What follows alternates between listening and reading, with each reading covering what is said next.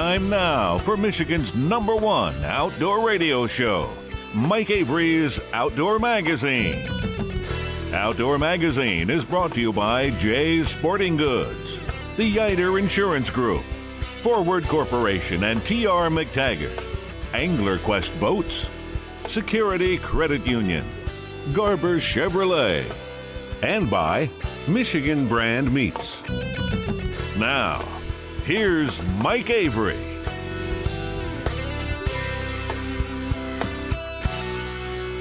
Oh, thank you, Ken Hunter, for that introduction, and welcome to our number 3 of this week's Outdoor Magazine show, right here in the Outdoor Magazine Radio Network, based here in the great state of Michigan during the month of Rocktober.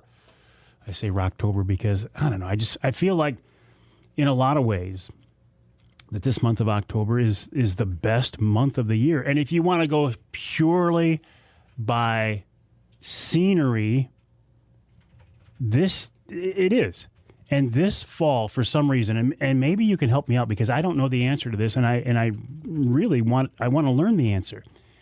Why are the fall colors this year so especially vibrant and beautiful? I'm sure it's weather related, but what is it? But there's no doubt. I mean, sometimes some years it seems like, yeah, we get a little burst of color, a little bit of color, and then it's gone.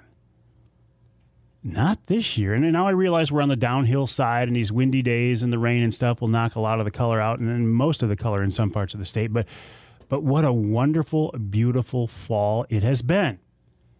If you have a theory, an idea, a concrete scientific explanation, I'd love to hear it. And the best way, I think, probably to get in touch with me is you can send me an email, mike@mikeaveryoutdoors.com. Whether it's talking about the fall colors, whether it's talking about a question for the Ask Avery segment, something you'd like to hear me talk about, something you disagree with, whatever. Mike@mikeaveryoutdoors.com. You can always get in touch with me there. If you are on social media, well, so am I. In fact, Pat Johnson here in the studio, we're just talking about this at the top of the hour, that in a lot of ways, social media has become almost as important to my brand as this radio show and the podcasts are. But you can always hit me up on social media, Facebook, Instagram, Twitter, even YouTube. But let's stay in touch. Send me your pictures. I want to see what it is you're doing. I routinely share pictures and video on my Instagram feed and my Facebook page as well. So, you know, if you're looking for an outlet to reach a lot of people, I have that ability. If you want to share pictures or videos of your successful hunt, and success doesn't necessarily mean a harvest, share them with me on the Facebook page. I will ask you this, though. Rather than send them to me in a private message and then ask me to repost them, because I do get I get inundated, just post them directly to the page.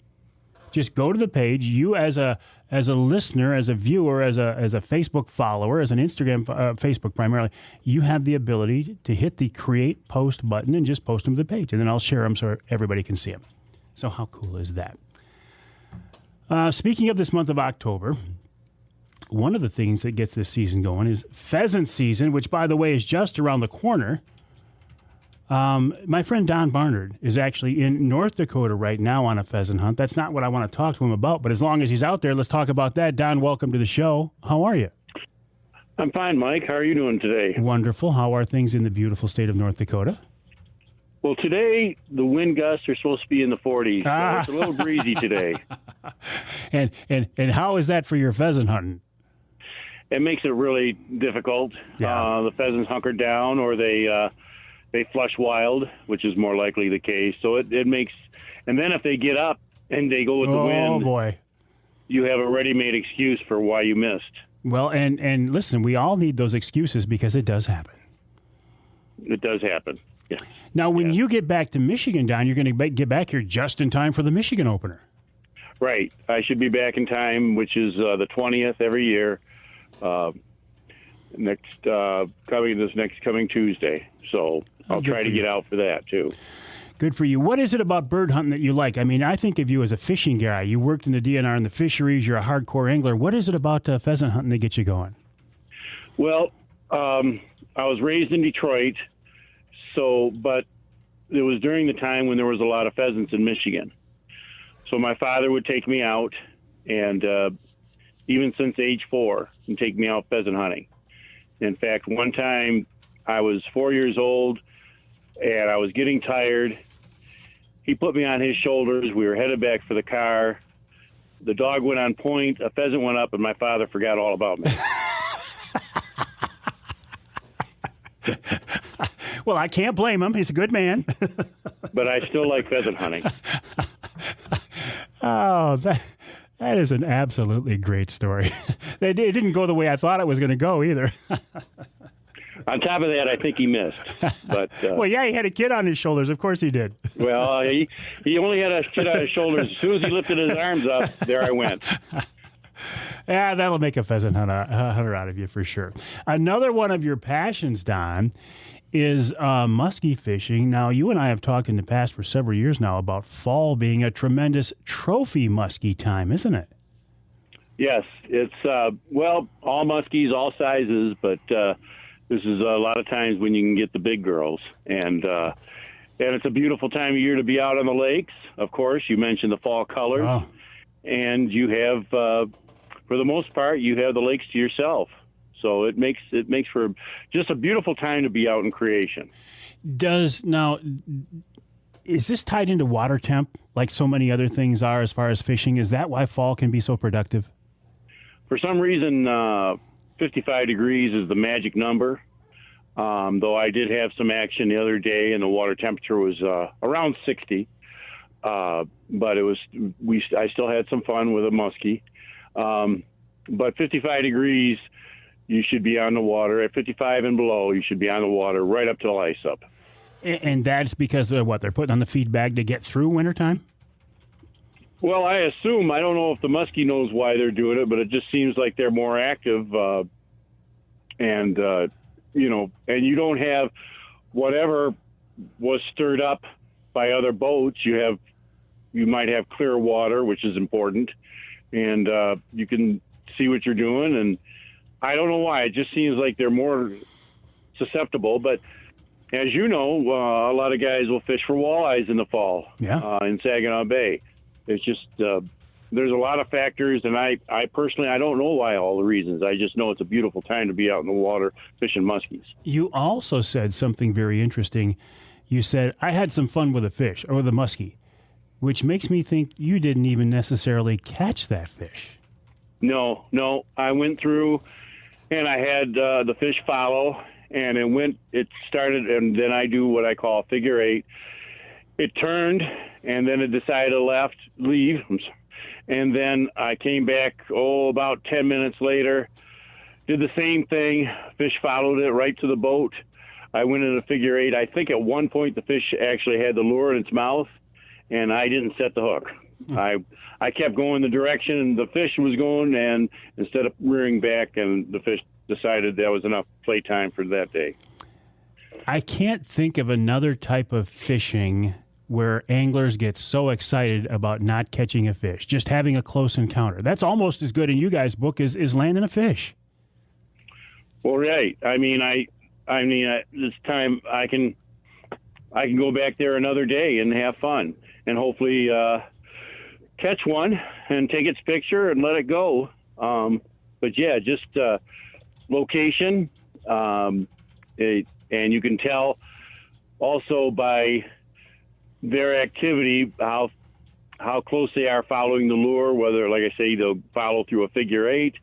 The whole thing is very exciting, even though sometimes you just don't catch a fish. Well, they're certainly not afraid of the boat, are they? They have no fear of the boat. They have, I think a muskie's only afraid of is a bigger muskie. They just don't know. As a pike, if you know, will turn away. If they follow to the boat, they flash away and they're gone. Muskies, they don't care. One of the more popular methods of fishing in Lake St. Clair was developed by a man by the name of Homer LeBlanc, and he would troll at 5 miles an hour with the lures literally in the prop wash. So they don't fear the boat. You talk about Lake St. Clair. That's almost a different world in itself, though, right? I mean, as opposed to UP muskies or inland muskies, that Great Lakes Lake St. Clair muskie fishery it's something special. Right. It has a combination. One, it's got 3 Great Lakes pouring through it. And water turnover in Lake St. Clair is about every 8 days. But it's primarily a shallow lake. And it's just a wide spot between the St. Clair River and the Detroit River. And it's 800 square miles, a lot of territory. But the muskie fishermen who follow them they pretty much know where to follow them from season to season. It has not only a lot of muskies, it has a forage base that's almost Lake St. Clair probably has the widest variety of species of freshwater fish. Period. It's like a fish factory. Right. You can find every species. You know, the salmon and steelhead will wander down to Lake St. Clair. The forage base, gizzard shad. It's a world-class smallmouth fishery. And, of course, we have the Lake Erie walleyes going through there. There's so many magical things about Lake St. Clair. Hang tight, Don. We got to take a break here in the Outdoor Magazine show. We're talking with Don Barnard. Well, you can tell he's an avid outdoorsman. He's in North Dakota right now pheasant hunting, but he can't wait to get back to Michigan pheasant hunt, and he's also looking at chasing some big fall muskies as well. More after the break right here on Outdoor Magazine.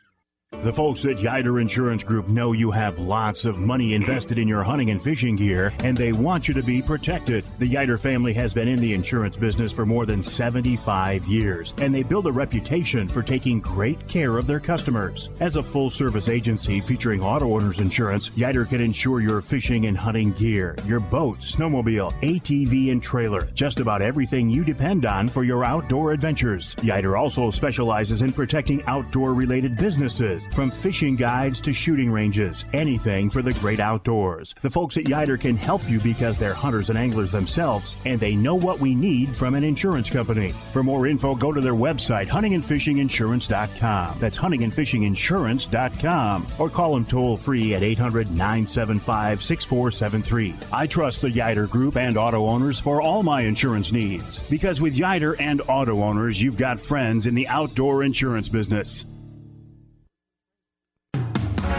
Everybody needs to put gas in their tank, so the next time, why not save money with fuel rewards from Forward Shell convenience stores? With fuel rewards, you'll save at least 5 cents a gallon on every fill-up at the 26 Forward Shell convenience stores. Plus, you can earn additional savings with select products and special offers at those Forward stores. You can save 20, 30, even 40 cents a gallon. And the more you use fuel rewards, the more you can save. I use the Fuel Rewards program every time I stop by a Forward Shell convenience store. And you can too. Go to fuelrewards.com. That's fuelrewards.com. You can also download the Fuel Rewards app on your phone. The Fuel Rewards program at your local Forward Shell convenience store. A great way to save money every time you fill up. To learn more, check out forwardconvenience.com. That's forwardconvenience.com.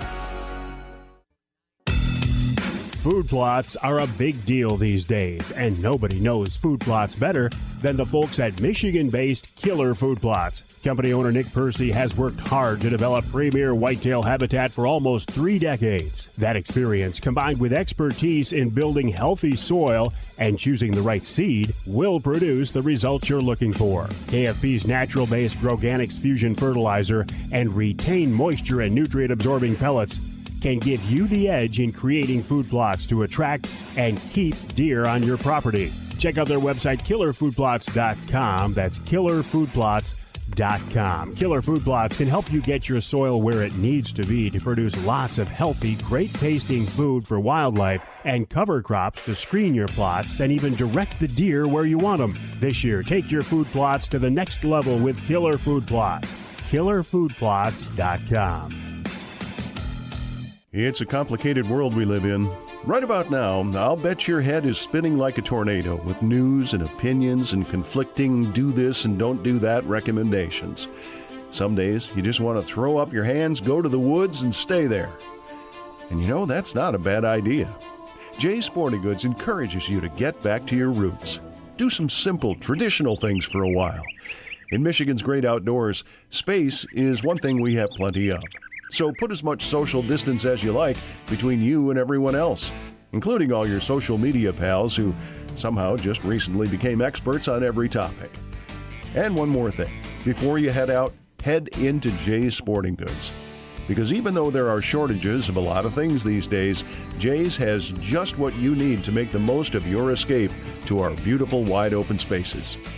It's the gateway to social distancing the way God intended. Jay's Sporting Goods, Claire and Gaylord.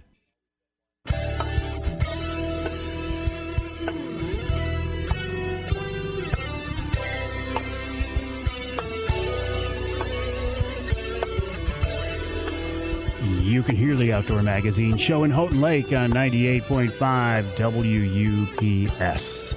You can hear us in Holland on WHTC, AM and FM, 1450 AM, 99.7 FM. And you can hear us in Ludington on News 97.98, 98.7 WLDN. This segment of Outdoor Magazine brought to you by Reader Landscaping. Reader can take care of your property and your lawn because it's your nature and our nurture. I had the guys from Reader over this week. They did some spraying, and they also blew out the sprinkler lines so they wouldn't freeze up this winter. So at fall cleanup, of course, as soon as they get those sprinkler lines blown out, they're going to be doing some fall cleanup. It's not too late to have them put out a fire pit for you. And listen, I hate to even bring it up, but if you're thinking about snow removal, I know. I said I hate to bring it up. If you're thinking about getting some help with snow removal this winter, the folks from Reader can help you out with that as well. Check them out online at readerlandscaping.com. That's Reader Landscaping, R-E-D-E-R, readerlandscaping.com. Right now, talking with a friend of mine, Don Barnard.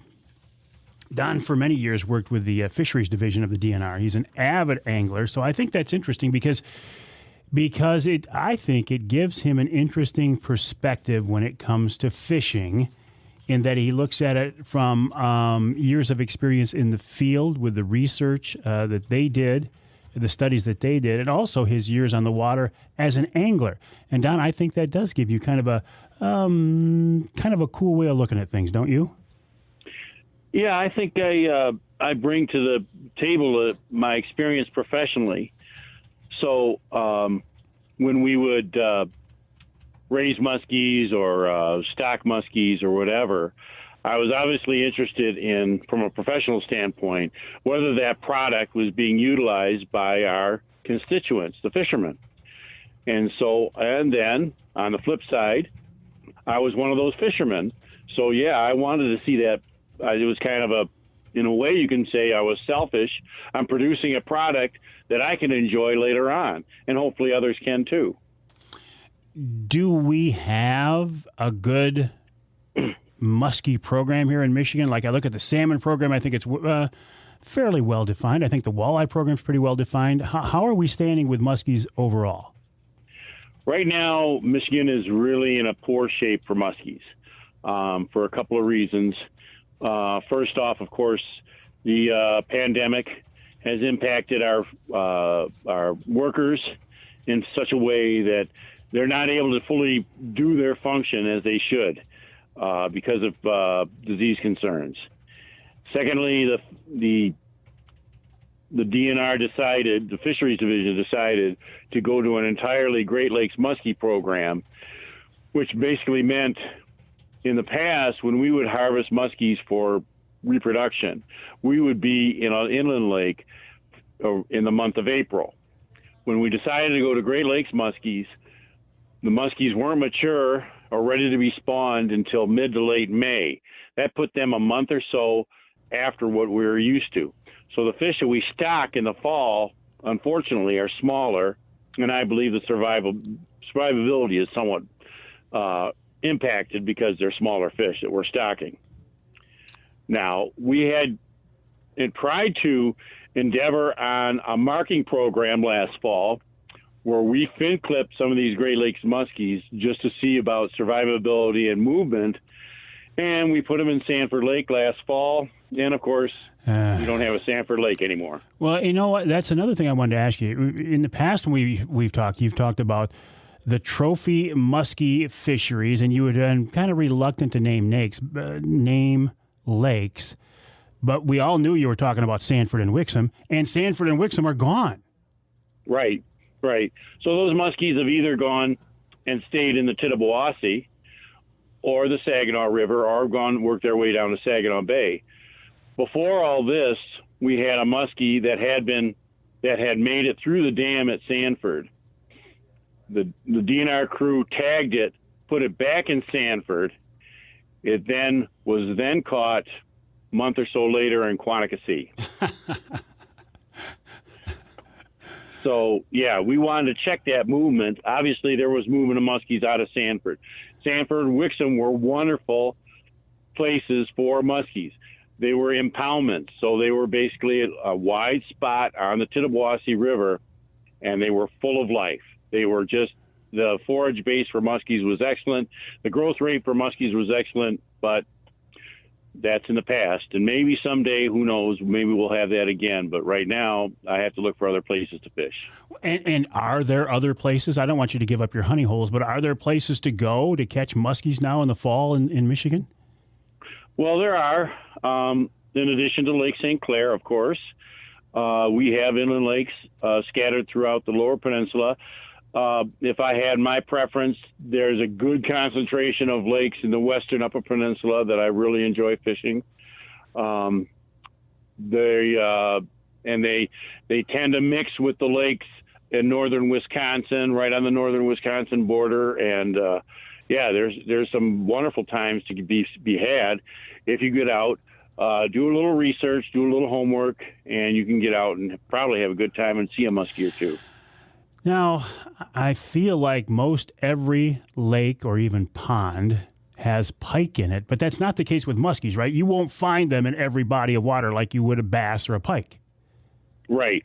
Well, even though they're cousins, muskies and pike have some similarities, but they have many differences. Okay, pike spawn much earlier in the year, right after ice out. Muskies don't spawn until we hit 55 degrees. That's detrimental to muskie populations because the little pike are 2 inches long when the baby muskies come out of the marsh. So pike can impact muskie populations in that regard. Then there's other things. Pike like clear water. Muskies can live in very turbid water. They have better vision for low light conditions than pike do.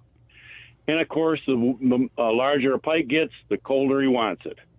So there's a few differences. Muskies can take warmer temperatures than pike can. So there's some differences. There are places they can cohabitate. Lake St. Clair is another example. Excellent pike fishing around Harson's Island and those weeds up in there, up in the islands in the delta coming out of the St. Clair River. And, of course, we have the world-class muskie fishery. Other places on the inland lakes, we don't really want to have pike and muskies together because, as I mentioned earlier, little pike can really impact little muskies after the spawn. So if you find muskies and you want to go after them in the fall, is it a trolling fishery or is it a casting fishery? All of the above. It's both. I personally prefer casting, but just get out there and fish and troll. You'll see the guys on Lake St. Clair trolling, mostly because they have to cover a lot of water. And trolling is always a good way to find fish. I personally prefer casting. It's a little bit more intimate. It's some people prefer rifle deer hunting. Some people prefer bow hunting. It's just it's a little closer activity. Where trolling, you don't have the experience of the follow, the figure eight, stuff like that. It's still an excellent way to catch muskies. And if you get a picture taken with a muskie, who cares how you caught it? You got a picture taken with a muskie. Well, and I would think, too, that trolling might be a good way to find the areas that are holding fish, but then you could go back and cast to those spots, right? Right. It's an excellent search engine. Correct. It's an excellent search engine. You can go off, hey, we had a fish off this point, or we lost a fish off this point. Let's go back, and then we can cast it. You can fine-tune your approach, fine-tune your presentations, and look for fish. So, and casting obviously gets you into water that you can't troll. So they both have their advantages and disadvantages. So where a walleye fisherman or maybe even a pike fisherman might be more than happy to take home and eat what they've caught, you musky guys cringe when I even talk about that, don't you? Well, I don't, because it's still a resource that the state is trying to produce for fishermen. So normally, for example, if somebody catches a trophy muskie and they bring it home and either put it on the wall or have a meal or whatever, then they'll say, I've killed a muskie. I don't need to kill anymore. So it's the only reason we are concerned. Muskies can be impacted by sport fishing, even though they can be very difficult to catch. Overall, muskies can be impacted, low reproduction rates. So most muskie anglers are almost 100% catch and release. But I'm not going to say, well, you're a bad person because you kept a muskie. Yeah. If it's legal, I'm not going to do that. I'm going to say, I'm going to be happy for you. You caught a muskie. And most of those times, people caught the muskies not targeting the fish. They caught them while they were pike fishing or bass fishing. Yeah, because I feel like here in Michigan, the number of anglers who target muskies, the inland muskies, I'm not talking about Lake St. Clair, there aren't that many of you guys, are there? Well, right now we're probably at a low number, only because of the muskie fishery is really in a downturn right now, the muskie program. Now, several years ago, during the peak of our muskie program, there was a tournament, and I'll say there were two tournaments on Sanford Lake. There was a bass tournament and there was a muskie tournament. I counted boats. There was more muskie anglers there that day, and a lot of them were from out of state for that tournament. So if we had a thriving, lively muskie program, we would have anglers. It would draw anglers for miles. It would draw anglers from around the states, surrounding states. Real quick before I have to let you go, is that possible? Can we bring back the muskie fishery here? It's kind of a longer term thing than like restoring a walleye fishery, isn't it?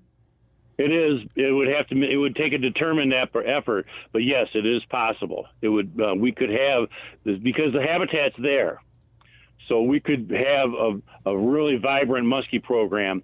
If somebody would make the decision to have a very vibrant muskie program, we could have the fishery, and you would see anglers come from miles around to fish it. Don, listen, always a pleasure. Good luck there in North Dakota. Good luck here in the Michigan pheasant fields when you get home. And, of course, good luck. I look forward to seeing a picture of you this fall with a big 50-inch fish. I appreciate that, Mike. Thank you very much. All right, Don. Don Barnard, avid angler and just another all-around good guy. I have the blessing of talking with a lot of all-around good people on the show this week. We'll take a break here on the Outdoor Magazine Show. A couple of more things I want to talk about, and then we'll wrap it up with Wild Game Chef Extraordinaire coming up in the next few minutes right here on Outdoor Magazine.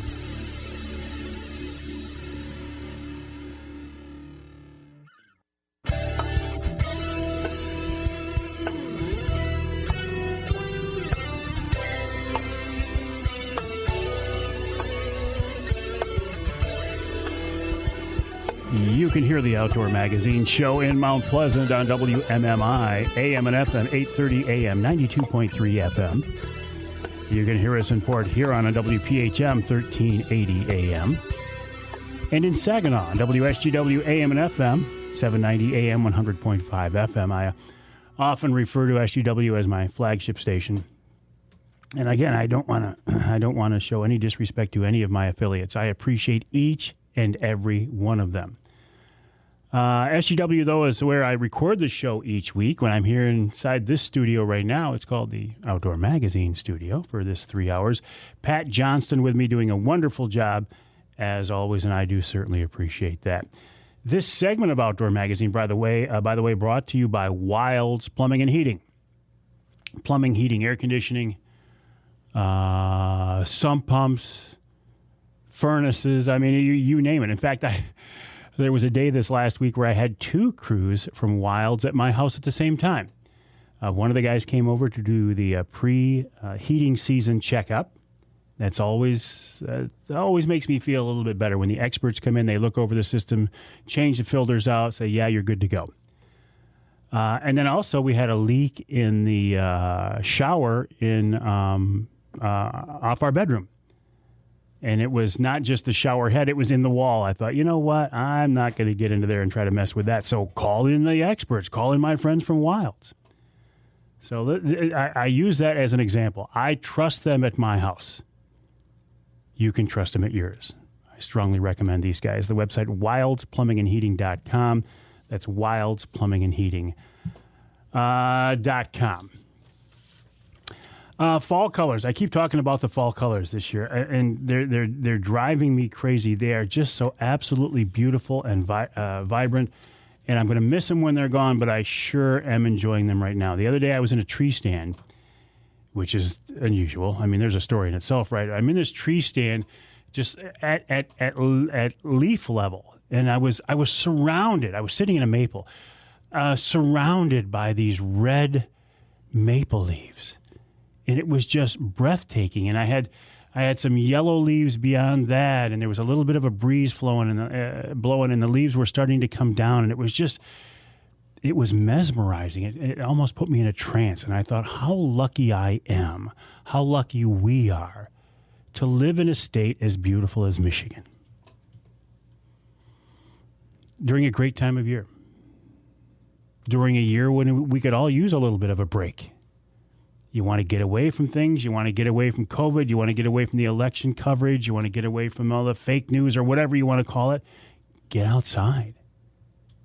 Take a walk through the fields. Sit up in a tree stand. Head for the water.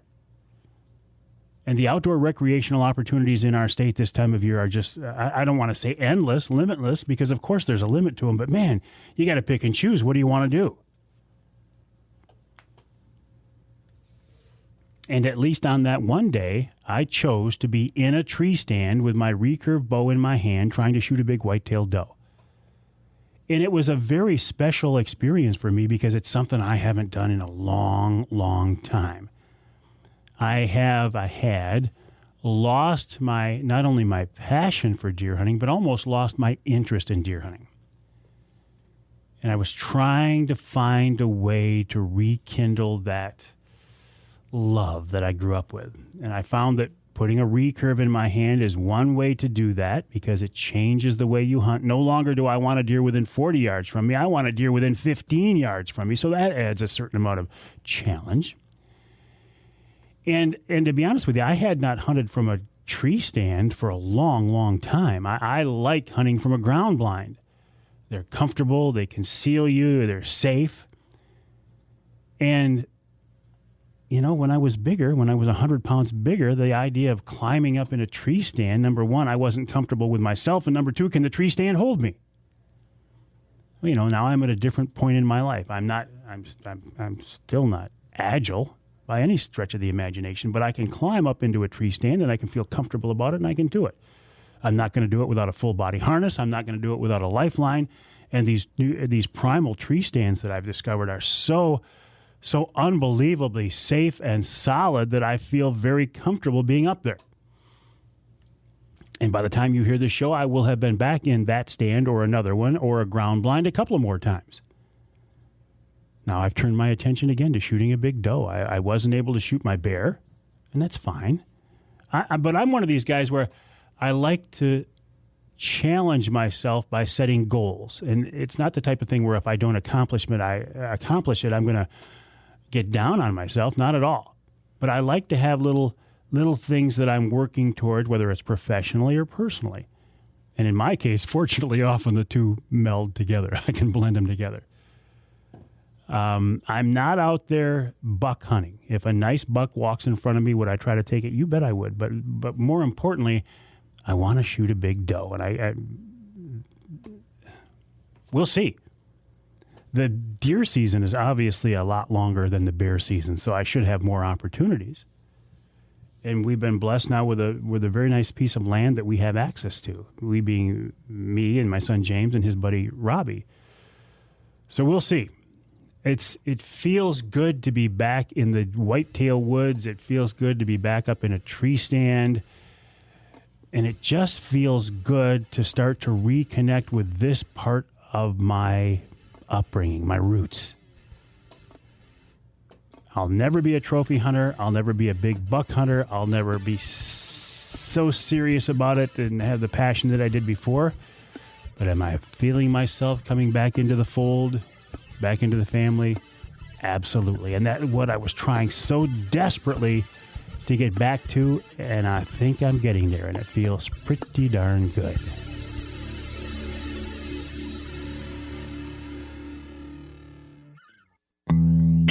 By now, you know all about Angler Quest boats. The center console design, binary wall system, and smooth ride with lots of room have anglers convinced a pontoon can be a great fishing rig. And the folks at Michigan-based Angler Quest continue to make their boats even better. Now the signature rocket launcher Arch can tilt down. That's great for high water levels, trailering, and storage. Also, there's a new panfish model that's perfect for smaller inland lakes. The popular Pro Troll models continue to dominate big water for walleye, salmon, and trout, and the family fish can keep everyone happy whether fishing or cruising. All Angler Quest boats are designed by fishermen and made in Michigan by skilled craftsmen using the latest technology. You can learn more online at anglerquestpontoons.com. That's anglerquestpontoons.com. With more models, upgraded designs, plenty of features, and bigger outboards, this is the perfect year for you to join the Angler Quest family. At Garber Chevrolet in Midland, Saginaw, Linwood, and Caro, we're better for a reason. Like Garber's low price guarantee. Get incredible everyday low prices on a new Chevy Equinox, Silverado, Traverse, or Trax. Think you found a better deal somewhere else? Bring it to us, and we will beat it. Getting more options and choices is always better. That's the benefit of having the Great Lakes Bay region's largest inventory of new Chevrolets. When you shop Garber Chevrolet, you won't have to shop around to find exactly what you're looking for. And Garber Chevrolet's award-winning customer service is in a class of its own. Your needs will always come first. Better prices, better selection, and better service. There's a reason why you'll do better at Garber Chevrolet in Midland, Saginaw, Linwood, and Caro. Home of the low price guarantee. Chevy, find new roads and find a better deal online at GarberChevrolet.com. You'll do better at Garber. Have you tried the Mike Avery Hunter Sticks from Michigan Brand Meats? They feature two of my favorites, elk and pepper, and I think they taste great. I've been working with the Grillo family of Michigan Brand for a few years now, and I couldn't be happier. Michigan Brand is family-owned and based right here in Michigan, and they make lots of great products. From jerky, sausage, and those Hunter Sticks to their famous Michigan Brand hams, you can't go wrong with Michigan Brand meats. Plus, Michigan Brand can process your boned-out wild game, too. Check out the website, michiganbrand.net, for more info. That's michiganbrand.net. You can buy the Mike Avery Hunter Sticks on that website. Plus, you can get them at Jay's Sporting Goods, all Forward convenience stores, Jack's Fruit Markets, and many other great stores, too. There's a complete list on the website. Again, that's michiganbrand.net for the Mike Avery Hunter Sticks, the outstanding Michigan Brand hams, and lots more. michiganbrand.net. We spend a lot of time thinking about our next outdoor adventure, where we're heading, and what we're going to do. But I bet most of us don't spend much time thinking about our financial institution. At Security Credit Union, they love to work with sportsmen and women, hunters, anglers, shooters, trappers. Security Credit Union has a program for you. With 11 branches in 10 counties, plus online banking from anywhere, Security Credit Union could be your perfect financial partner. They offer financing for RVs, ATVs, cabins, hunting property, and just about anything else you need for your next outdoor adventure. And to make it even better, you can apply online. Check them out at securitycu.org. That's securitycu.org to learn how Security Credit Union can work for you. Again, check out securitycu.org. That's securitycu.org. Federally insured by the NCUA.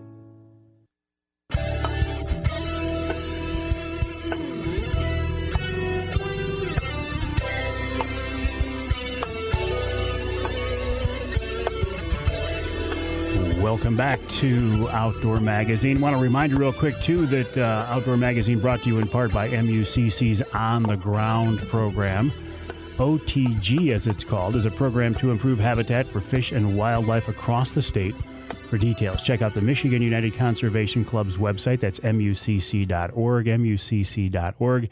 And if you go to that website, you can save 25% on your MUCC membership by using the promo code Mike, M-I-K-E, all caps, and save 25%, mucc.org.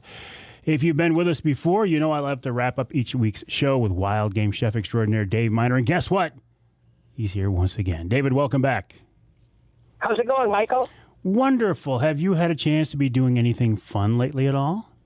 Yeah, I've been in the woods a lot. Isn't it just wonderful? God's creation at this time of the year. It's mind-boggling. And is it beautiful? I feel like, Dave, the fall colors this year are exceptionally beautiful. Yeah, they're starting to dwindle a little bit, but yeah, I tell you, when they were in full-blown peak, it was just gorgeous. Yeah, boy, an afternoon like that, an evening like that, the deer are just a bonus. Just to be out there and enjoy the weather and the scenery is all we can ask for.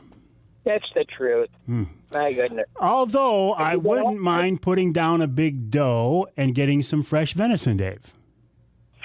Well, I hope you do. I've been trying to no avail yet, but there's a lot of time left. So this is a marinated venison kebab.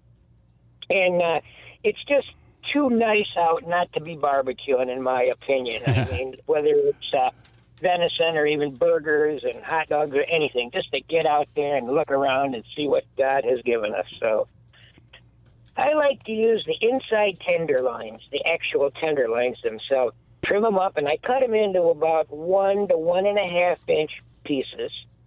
And then I always fold the tail over on this, so you got that extra piece, you know. And so you need 2 green peppers cut into large pieces, 12 mushroom caps. I usually drop them in boiling water for about a half minute to a minute. 2 medium red onions cut into larger cubes to match up the size of the green pepper and the other pieces of vegetables we're going to use. 12 cherry tomatoes. You need about a half a pound of lean bacon. Cut it in half, and you're going to boil it for about 5 minutes or so. You just want to soften that up, get a lot of the fat out of that bacon. So what you're going to do is take 1 yellow pepper and 1 orange pepper, and cut it in the same way as the green pepper. So you've got just this gorgeous colors of the peppers and the mushrooms and everything to go with it. I like to marinate this in either Italian dressing, raspberry vinaigrette, or what is really great is that Fuji apple salad dressing. My goodness, is it just wonderful. So I would marinate the meat for a good 2 or 3 hours anyways. After you boil that bacon, you want to wrap them half pieces of bacon all around each piece of meat. So you're going to start with, say, a mushroom, and then layer each piece of this, the red pepper, the green pepper, the cherry tomato, onion, and so on and so forth, and end up with a mushroom cap on each end of your skewers. So then you can actually brush this Italian dressing on, or raspberry or Fuji apple, while you're grilling it. And make sure you want to do this no more than about medium, because it's going to take enough time for the vegetables to get nicely hot and stuff. You don't want them mushy. You know, that's one thing. And, man, you could serve this over a fluffy or a wild rice blend, you know, lay that kebab on the top. You're just going to dazzle your people. It's great. What a great way to use tenderloins. Yeah. Man. And, you know, the bacon wrapped around it, is going to keep it from getting too done too fast. Plus, it's going to give it a little bit of moisture if you get rid of a lot of that fat after you boil the bacon. So it's just a great way. I've done this lots of times. Dave, why are you boiling the mushroom caps? I didn't understand that. Because they'll dry up and turn leather-like. Hmm.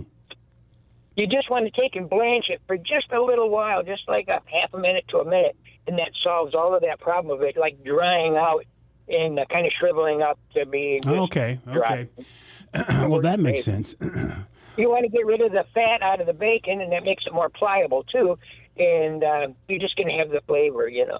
I would use either maple or a hickory bacon. Hickory might be a little tough on this, but the maple would give it a nice, to coincide with the raspberry or the Fuji apple dressing you're going to marinate it. I just really like this recipe because, you know, tenderloins are such a treat, and so often we just put them in a pan and fry them up, which is good, but, boy, this seems like a better way to take advantage of them.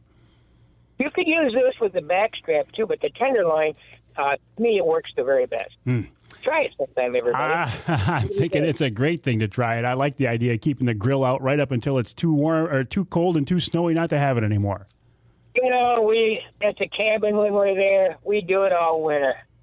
We barbecue all winter. Got a nice cover for the barbecue, and it stays right there in the porch. Perfect. Wild game chef extraordinaire Dave Minar, a big part of the Outdoor Magazine show. Always appreciate him joining us. And you know what? I appreciate you joining us as well, because if you weren't listening, if you weren't interacting with me on social media, if you weren't watching the Wednesday Night Lives, this would all be for naught. And I appreciate it too much to be thinking about calling it quits. And your interaction, your involvement is key. Mike at MikeAveryOutdoors.com is the email. Mike Avery Outdoors is the website.